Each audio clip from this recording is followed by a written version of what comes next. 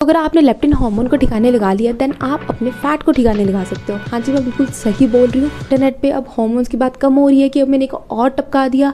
भाई साहब, ये है ही इतना इंपॉर्टेंट बिकॉज आपकी बॉडी इंसुलिन रेजिस्टेंस होने से पहले लेप्टिन एंड डोपामिन रेजिस्टेंस होती है।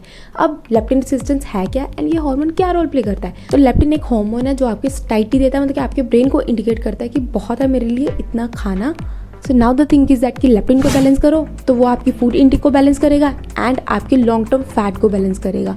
सारी बॉडी में लेप्टिन की कमी नहीं रहती। ऐसा नहीं है कि हमारी बॉडी में अगर ज़्यादा फैट है तो कम लेप्टिन है, दैट्स वाई उनकी फूड इंटेक बैलेंस नहीं हो पाती। अगर ज़्यादा फैट है उनके केस में लेप्टिन तो रहता है बट ब्रेन अच्छे से रिस्पॉन्ड नहीं कर पाता सो दैट वो हमें इंडिकेट कर पाए कि enough. So just like in insulin resistance that happen, ज़्यादा लेप्टिन होने की वजह से उसकी सेंसिटिविटी कम हो जाती है। तो अब बात करते हैं कि लेप्टिन रेजिस्टेंस होता क्यों। तो मैं जितने भी रीजंस बताने वाली हूँ या तो वो सारे फैक्टर्स लेप्टिन की प्रोडक्शन को इंक्रीज करेंगे, तो अगर ज़्यादा लेप्टिन प्रोड्यूस होगा देन उसका मतलब कि उसकी सेंसिटिविटी उतनी ही कम होगी, या फिर सेकंड रीज़न कि वो लेप्टिन सिग्नलिंग को ख़राब करते हैं। First factor is over eating and second one is कि अगर आप विदाउट एपेटाइट खा रहे हो या फिर बहुत फ्रिक्वेंट ईटिंग कर रहे हो, एंड थर्ड रीज़न कि अगर आप ज़्यादा प्रोसेस्ड फूड, फैट्स या फिर हाई शुगर इंटेक रख रहे हो देन अगेन आपकी बॉडी और ज़्यादा इंसुलिन एंड लेप्टिन को प्रोड्यूस करेगी।